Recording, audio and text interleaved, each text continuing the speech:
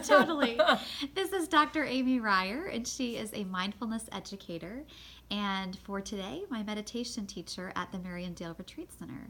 So I am asking her a few questions about Yep. joy. I'm going to do my best. And Amy, what brings you joy?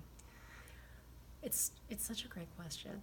I would say what brings me joy is the ability to pay attention to what's happening inside of me, what's happening around me, and to actually be able to stay with my experience and to be able to really give my undivided attention to other people. And that is, so just being able to actually, so I think of joy, as being something that's sort of a deep pleasure in what is, regardless of the situation, And so joy is sort of a kind of a more of a, it's a way of life or a worldview. Yeah. That it's something that we sort of bring to whatever it is that's happening and strengthening the ability to be able to be with that. So to me, that's, joy is this kind of, something that is actually sustainable. Yes. Which is a great segue to how does it differ from what we think of as happiness? I think of happiness, I guess, as a feeling. That it's something that can come and go, and isn't it wonderful when it comes? Yes. But it's fleeting. Yeah. That happiness is something that of course we desire, that we all want to be happy. Yeah. But it comes and it goes. And it's a pretty high bar. If we expect that it should come a lot, then we can be disappointed. Yeah. But it's something that can happen, and it's great if we can not miss it when it does. Yes. But different from joy, which I think of as being a more kind of sustainable appreciation of whatever it is that's happening. Even if it's negative, I do feel there can be deep joy with being able to actually be with, say, the suffering of another person. Yes. And to be able to connect over that. But really deep connection to me. There's tremendous joy, sort of unconditionally being able to connect with other people. Thank you. Yeah. And Amy, how do you find your joy or fight for your joy when times are really hard in your own life?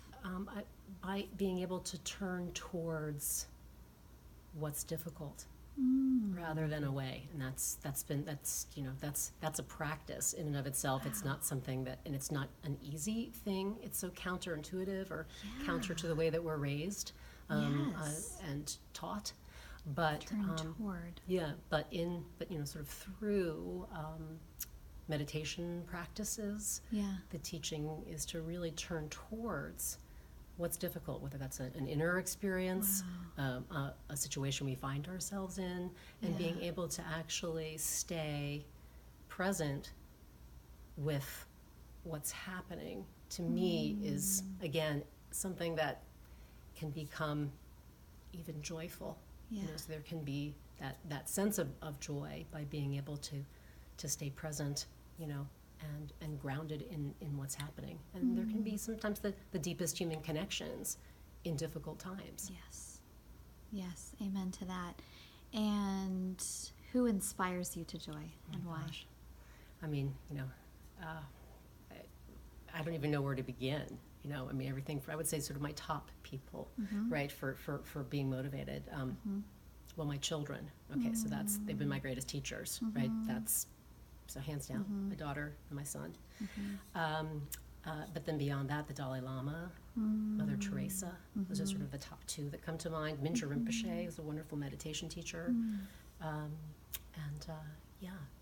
But really, I find myself very inspired and motivated and in awe of people that I meet and interact with sort of throughout the day.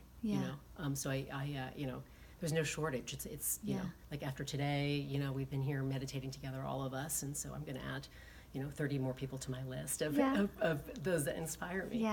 Doesn't have to be famous people. No, by no means. I think that those human beings we're really fascinating creatures. Agreed. And finally, finish this sentence however it flows for you. All right. Joy is presence. Beautiful.